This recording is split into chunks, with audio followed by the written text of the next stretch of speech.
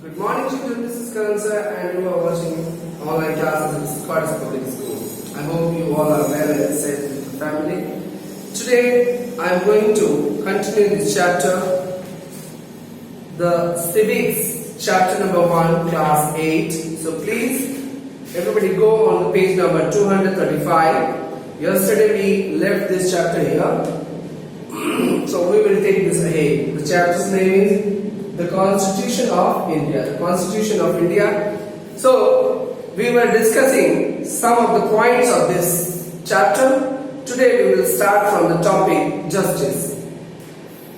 As stated in the preamble, the Constitution aims at securing social, political and economic justice for all. Like the main aim of our Constitution is to maintain or is to achieve some of the targets like social, political and economic justice for all. Suppose that those who are living in our India, every Indian has the right to get justice in all sphere of life, whether it is society, political or it is related to the economic activities.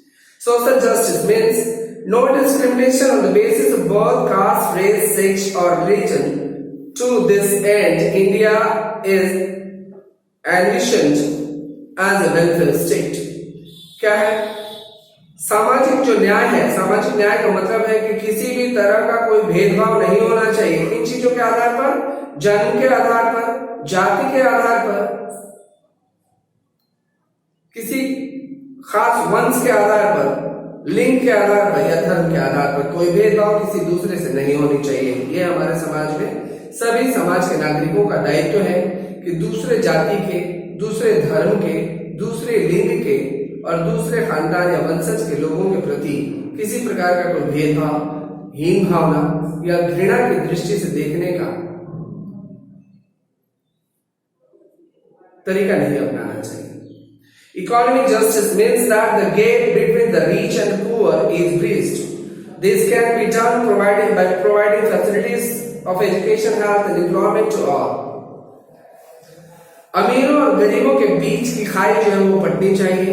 जो भी इन दोनों के बीच में जो अंतर है उन्हें कम करना होगा या समाप्त करना होगा। ये कैसे किया जा सकता है? इससे हम कर सकते हैं शिक्षा का अधिकार, सभी को शिक्षा का अधिकार देकर, स्वास्थ्य सेवाओं का अधिकार देकर, साथ ही साथ सभी को रोजगार के अवसर प्रदान कर सरकारें चाहे तो अमीर और गरीबों के बीच का जो अंतर है उसे कम कर सकते हैं या खत्म कर सकते हैं। Political justice implies that everyone has a right to participate in the affair of the state. राज्य के या देश के हर तरह के चुनावी मामलों में सभी लोगों को मत डालने का और अपनी बात को सामने रखने का अधिकार होना चाहिए। यही है पॉलिटिकल जस्टिस। लिबर्टी मीन्स आजादी, स्वतंत्रता। सभी लोगों को अपनी बातें रखने की आजादी होनी चाहिए। किसी को कोई किसी चीज के आधार पर एक्सप्लॉइट ना करे, किसी के मजबूरी का कोई गलत फायदा ना उठाए। सभी को भारत में किसी भी जगह जा करके रहने, बसने, कमाने, खाने का अधिकार है। साथ ही साथ सरकार के गलत नीतियों की आलोचना करने का अधिकार है। सभी लोगों को अपने खिलाफ हो रहे अन्याय के खिलाफ लड़ने का अधिकार है। तो इसे ही हम लिबर्टी कहते हैं। इक्वालिटी मीन्स समाज में किसी भी वर्ग के लोग, जाति के लोग, धर्म के लोग, इन लोगों के साथ कोई असमानता का व्यवहार नहीं होना चाहिए। किसी छोटी जाति के व्यक्ति को मंदिर में या किसी सार्वजनिक स्थान पर बैठने, उठने, आने जाने से मनाही नहीं होनी चाहिए। इसे ही हम इक्वालिटी कहेंगे। सभी लोगों के साथ, अमीर गरीब के साथ एक जैसा बर्ताव होना चाहिए। ऐसा नहीं है कि थाने में अमीर लोगों की बात सुनी जानी चाहिए और गरीबों की नहीं सुनी जानी चाहिए। इसे ही हम इक्वालिटी का नाम देंगे। फ्रेटर्निटी मतलब भाईचारा। ये भाईचारा से बहुत सारा तात्पर्य है। भाईचारा से मूल तात्पर्य यह होता है कि समाज में रह रहे अन्य वर्गों और धर्मों के लोगों के बीच में एक प्यार मोहब्बत का रिश्ता हो, भाईचारगी हो, एक दूसरे से हेल्दी रिलेशन हो, गुड रिलेशनशिप शेयर करें आपस में सभी लोग। तो ये कुछ मुख्य बातें हैं। इसमें हमारा कुछ एग्जांपल्स दिया है। The Constitution of India aims to provide such rights to individuals. Some examples of the such principles include these points. संविधान में कुछ बातें दी गई हैं जिन्हें फ्रेटर्निटी को यानी भाईचारगी को और सामाजिक सौहार्द को बनाए रखने के लिए बहुत इंपॉर्टेंट माना जाएगा। The directive principles of the state have been used to benefit all citizens equally in providing adequate means of livelihood. सभी लोगों को रोजी रोटी के समान अवसर और उचित अवसर प्रदान किए जाने की बात की गई है संविधान में। The state is bound to provide human conditions to work and ensure all citizens attain a decent standard of living. सभी लोगों का जीवन स्तर एक खास मानक के अनुसार हो, सभी लोगों को घर में बिजली हो, घर में उनके सर पर एक छत हो, बिजली हो, खाने की वस्तुओं का कोई अधिक अभाव ना हो। सरकार इसीलिए जो गरीब लोग हैं, जो बिलो द पॉवर्टी लाइन रहने वाले जो लोग हैं, उन लोगों को मुफ्त में 5 किलो अनाज मुहैया कराती है प्रति महीने प्रति व्यक्ति। साथ ही साथ बिजली, पानी इत्यादि की व्यवस्था करना सरकार का दायित्व बनता है। ये बात हमारे संविधान में लिखी गई है। मानवीय माहौल होना चाहिए, मानवीय वातावरण दिया जाना चाहिए। किसी भी मजदूर को आप अपने घर बुलाकर उस पर चाबुक या कोड़े नहीं बरसा सकते। उससे आपको प्रेम से बात करना होगा, काम करा के उचित उसका मेहनताना उसको देना पड़ेगा। The practice of untouchability was abolished in India to preserve individual dignity. सभी लोगों की जो आत्मसम्मान है और सभी लोगों की जो स्वाभिमान है, उस स्वाभिमान को बचाए रखने के लिए अनटचेबिलिटी नाम का जो एवल प्रैक्टिस था हमारे देश में, जो छुआछूत नाम की एक कुप्रथा चल रही थी, उसे रोकने के लिए कानून बनाया गया 1955 में, अनटचेबिलिटी प्रोहिबिशन एक्ट के नाम से। ये तो बात हो गई फ्रेटर्निटी की। और सोशलिज्म क्या है? सोशलिज्म और सेकुलरिज्म ये दो वर्ड, जैसे कि मैंने बताया आपको, 1976 में इमरजेंसी के दौरान इंदिरा गांधी सरकार के द्वारा हमारे कॉन्स्टिट्यूशन के प्रीएम्बल में जोड़ा गया दो नया वर्ड 1976 में, जो था सोशलिज्म एंड सेकुलरिज्म। तो हम लोग पढ़ेंगे सोशलिज्म। सोशलिज्म मतलब होता है समाजवाद। समाजवाद का मतलब है कि सभी लोग समाज में एक समान रूप से रहेंगे। जो नेता होंगे वो बहुत ही साधारण जीवन शैली को अपनाएंगे, साधारण तरीके से लोगों के बीच उठ बैठकर उनके दर्द को सुनेंगे और उनके बीच रहकर उनके दर्द को समाप्त या कम करने की कोशिश करेंगे। Socialism. The term socialism was introduced in the preamble by the 42nd Amendment in 1976. While the original constitution did not mention any ideology, it did secure economic justice and equality of opportunity for all the citizens. हमारा जो मूल संविधान था उसमें इस बात का जिक्र नहीं किया गया था, जो भीमराव अम्बेडकर की अध्यक्षता में बनी थी उस मूल संविधान का हिस्सा नहीं था ये शब्द। परंतु बाद में 1976 में 42वां संशोधन करने के बाद इसमें इस शब्द को जोड़ा गया, समाजवाद शब्द को जोड़ा गया। The adoption of the socialism in India, however, did not abolish private property. The adoption of socialism in India, तो इसका जो मूल मतलब था कि कभी भी किसी का जो नेता होंगे या जो समाज सेवक होंगे वो लोग अपनी संपत्ति नहीं बनाएंगे, बहुत सारा संपत्ति का संचय नहीं करेंगे। इसी को समाजवाद कहा जाता था। Neither did it influence nationalization of all means of production, and it was done elsewhere. The real meaning of the socialism was for India was the establishment of the social, economic and the political equality. सामाजिक, आर्थिक और राजनीतिक न्याय मिले, सभी को समानता मिले, इस बात के एस्टैब्लिशमेंट के लिए ही सोशलिज्म का यहाँ भारत में इसको एक बल देकर उसे शामिल किया गया संविधान के प्रीएम्बल में। It aimed at bridging the gap between the rich and the poor and minimizing the sufferings of the poor and the backward people. जो हमारे पिछड़े, शोषित, वंचित और दलित समाज के लोग हैं, इन लोगों के दर्द को, इनकी व्यथा को कम करने के साथ साथ अमीर गरीबों के बीच के अंतर को, भेद को कम करने का प्रयास किया जाना चाहिए। It envisioned a mixed economy that is growth of agriculture with industrialization in India. Bharat में औद्योगिकरण के साथ साथ कृषि के क्षेत्र में भी उचित विकास हो, इस बात पर बल दिया जाना चाहिए। According to this socialism, key features of our constitution, हमारे संविधान की मुख्य बातें क्या क्या हैं? In an effort to fulfill the aspirations of all the Indians, the makers of the constitution did not hesitate to borrow many provisions of our constitution from the other countries which had already experimented with the democracy. Let's discuss how these were adopted for India. Bharat के संविधान को बनाते वक्त हमारे संविधान निर्माताओं ने इस बात का ध्यान रखा कि भारत में किसी भी प्रकार की कोई ऐसी हमारे संविधान में कमी न रह जाए जिससे बाद में चलकर कोई समस्या खड़ी हो हमारे देश के नागरिकों के लिए। इन लोगों ने दूसरे देशों के संविधानों से कुछ प्रमुख बातों को उठाया और उसे अपने संविधान का हिस्सा बनाया। जैसे हम बात को पढ़ेंगे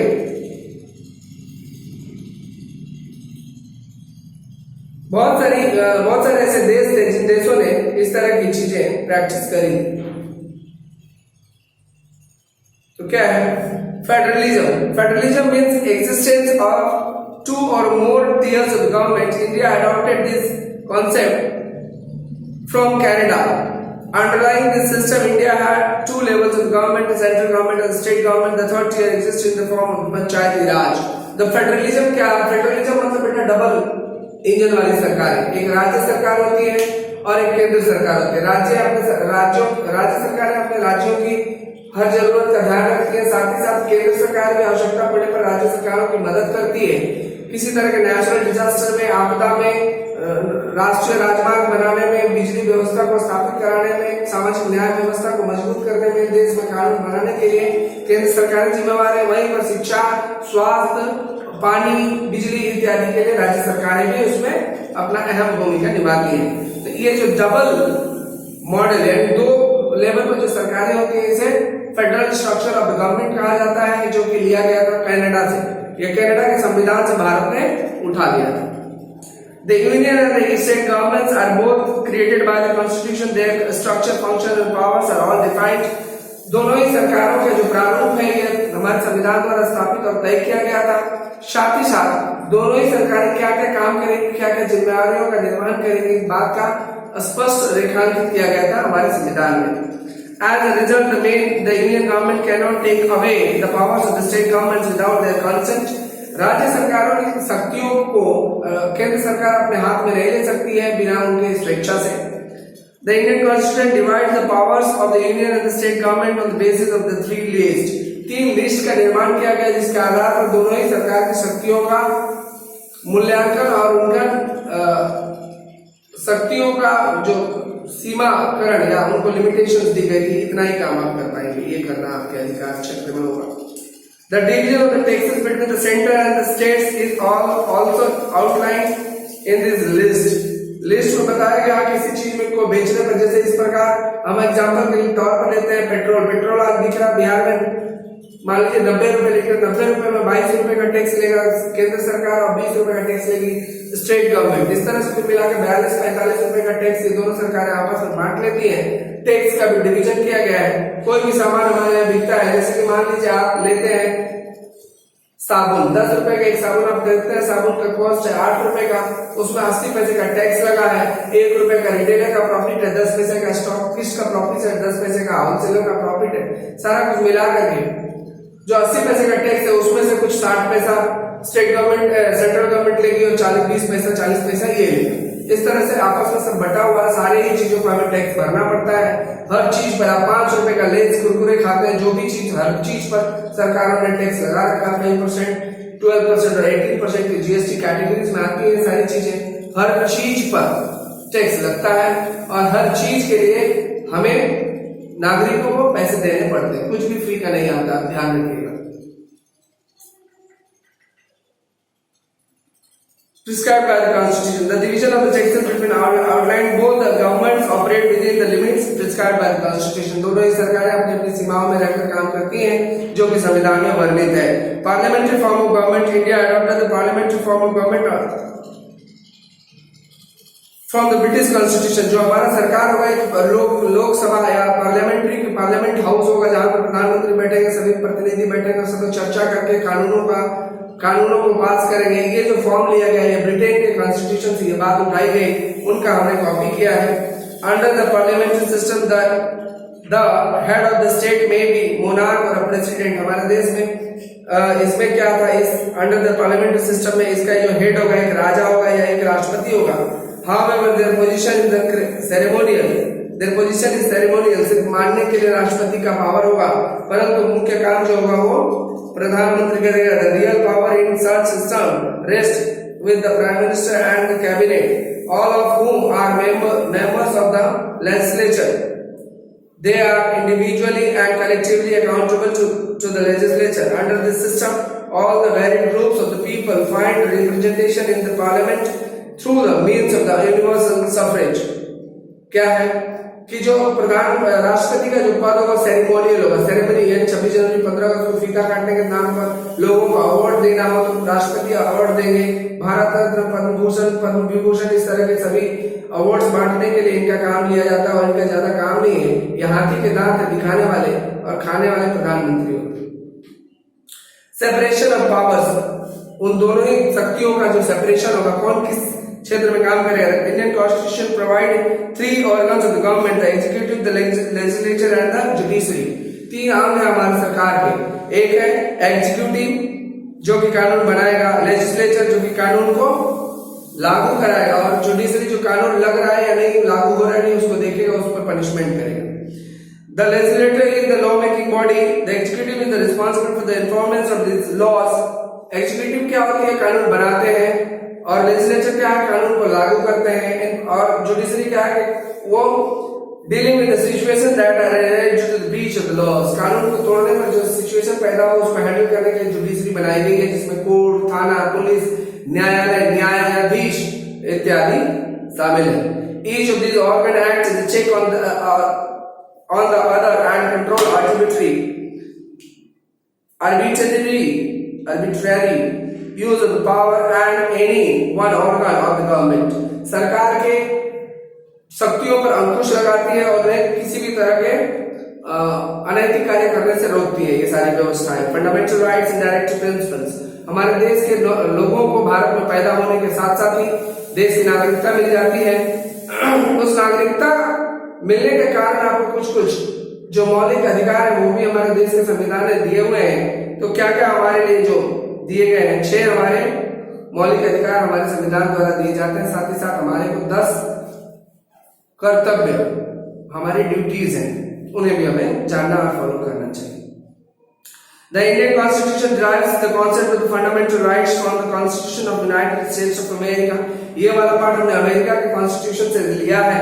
These rights ensure the idea of the secularism, socialism, right of freedom of religion, culture and education, right to equality, right to constitutional remedies and right against the exploitation for all citizens।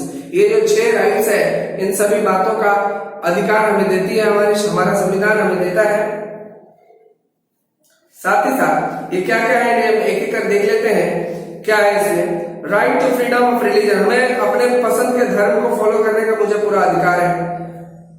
साथ ही साथ क्या है, culture and education, शिक्षा अपने पसंद से मैं ले सकता हूं, अपने पसंद का कल्चर मैं फॉलो कर सकता हूं। राइट टू इक्वालिटी, समानता का अधिकार मुझे प्राप्त है। राइट टू कॉन्स्टिट्यूशनल रेमेडीज, जो भी संविधान में कोई गलती हो जाए, कुछ समस्या हो तो उसको हम सुधारने के लिए न्यायालय में अर्जी डाल सकते हैं। साथ ही साथ right against the exploitation of all citizen, सभी लोगों को किसी की मजबूरी का फायदा उठाना एक्सप्लॉयटेशन कहलाता है। The directive principle of the state policy adopted from the Irish Constitution, Ireland की कॉन्स्टिट्यूशन से लिया गया है डायरेक्टिव प्रिंसिपल वाला हिस्सा। All are based on the concept of the welfare of the state, देश की भलाई के लिए बनाए गए वो डायरेक्टिव प्रिंसिपल्स हैं, इसलिए आयरलैंड की संविधान से हमने इस बात को उठा लिया। They are considered the basis of the good governance and therefore serve as guidelines which should be kept in mind by the government while framing its policies। जब भी सरकार अपनी नीतियों को बनाए तो इस बात का ध्यान रखें कि उनको कॉन्स्टिट्यूशन में सरकार के लिए जो गाइडलाइंस दी गई है उन सभी बातों का अक्षरशः पालन किया जाना चाहिए नीतियों को बनाते हुए। These principles aim to establish political, economical and social justice by providing equal opportunities and the facilities to all in order to eliminate inequalities in the status and inequalities in the incomes। सभी लोगों के स्तर में, सामाजिक स्तर में, उनके आय में अंतर को कम करके सभी को इक्वल बनाया जाना चाहिए सोसाइटी में। Raising the standard of the living of the people, लोगों के जीवन स्तर को उठाना दायित्व है। Upholding the international peace and security, अंतरराष्ट्रीय देशों से हमारे जो संबंध वो अच्छे होने चाहिए, मधुर होने चाहिए। साथ साथ शांति और सुरक्षा की व्यवस्था को चाक चौबंद रखना हमारा दायित्व है। सेक्युलरिज्म, ये भी एक नया शब्द है सेक्युलरिज्म, जो कि 1976 में जोड़ा गया 42nd amendment of the constitution में। The term secular was later addition to the constitution to our constitution, it was realized that the fraternity and unity of a pluralistic country like India could be established only on the foundation of secularism. धर्मनिरपेक्षता, भारत का कोई राष्ट्रीय धर्म नहीं होगा, यहाँ पे सभी धर्मों को समान रूप से देखा जाएगा, सभी धर्मों के मानने वाले लोग प्रेम भाव से एक समान अधिकार से रह सके, इस बात के लिए सेकुलरिज्म को जोड़ा गया। Secularism here means the discrimination on the basis of the religion neither allowed nor followed by the state। ना तो हमारा देश कोई एक धर्म को फॉलो करेगा और ना ही किसी व्यक्ति द्वारा दूसरे धर्म के व्यक्ति के प्रति किसी प्रकार का भेदभाव उसके धर्म के आधार पर किया जाना बर्दाश्त किया जाएगा। Equality is assured to all the citizens irrespective of religion, freedom and faith. Worship and belief is allowed to all। सभी को उनके आस्था के अनुसार पूजा पाठ करने का और उनके आस्था को फॉलो करने का आजादी रहेगा। The state is to be impartial towards the religion। सभी धर्मों के प्रति कोई पक्षपात की भावना सरकार को नहीं रखना है। Furthermore, the state cannot adopt any particular religion as the state religion। Manipulation of the religious sentiments and political ends is prohibited। किसी तरह का राजनीतिक फायदा उठाने के लिए धार्मिक गतिविधियों को आगे बढ़ावा देना, हिंदू मुस्लिम करके दंगे फसाद कराना, ये हमारे संविधान द्वारा वर्जित है, इसे मना किया गया है। Constitution a living document. Constitution एक क्या है? हमारा एक जिंदा दस्तावेज है जो कि जिसके आधार पर भारत चलता है, काम करता है। और constitution is not a rigid document. It is in response to the changing needs of the society. It allows the government to make changes to the law by amending the constitution। हमारा जो है ना ये एकदम rigid नहीं है कि इसमें कोई बदलाव नहीं हो सकता। समाज में होने वाली परिस्थितियों के अनुसार बदलाव की आवश्यकता महसूस की जाए, सरकार के पास इसका अधिकार सुरक्षित है, जब चाहे वो संविधान में अमेंडमेंट कर सकती है। In this sense, it is a living document which, like a living being, keeps responding to the different situations and arise from the time to time। जिस तरह से जीवित व्यक्ति परिस्थितियों के अनुसार अपने आप को बदलता और ढालता रहता है, उसी प्रकार से हमारा संविधान में एक जिंदा दस्तावेज है, जिंदा डॉक्यूमेंट है, जिंदा कॉन्स्टिट्यूशन है, जिसमें परिस्थितियों को भांपने, देखने, समझने और अपने आप में बदलाव लाने की क्षमता है। एक मुर्दा है, मुर्दा मर चुका है, तो उसमें उसके पास सांप आ जाए, बिच्छू आ जाए या उस पर कोई पक्षी बैठ जाए, वो कोई कुछ रिस्पॉन्ड नहीं कर सकता, भगा नहीं सकता, मच्छर मार नहीं सकता। परंतु आप जीवित हैं, आपके ऊपर मच्छर आता है, आप सांप के पास जाते हैं, सांप आपके पास आता है, भागते हैं, रिस्पॉन्ड करते हैं। It means you are alive, आप जिंदा है। उसी तरह परिस्थितियों के हिसाब से जो बदल रहे अपने आप को, वही लिविंग है, वही जिंदा है। जो ना बदले वो मुर्दा है। Based on the revolutionary ideas of equality, liberty and fraternity, our constitution continue to be an instrument of the social change and welfare। समाज में विकास के लिए, होने वाले परिवर्तन तथा लोगों की भलाई के लिए काम करने वाला एक हमारा संविधान बहुत ही उत्कृष्ट संविधान है पूरी दुनिया में। Now this concludes the chapter today we are going to, and I would like to request you one thing, that you have to make A, B, C and D also, because since you are in a class 8 student, you have to try to you should attempt all the questions to make, and please send it in the group when you will make it in a rough copy, and you have to note down the PDF which I will send in the next lecture. Thank you.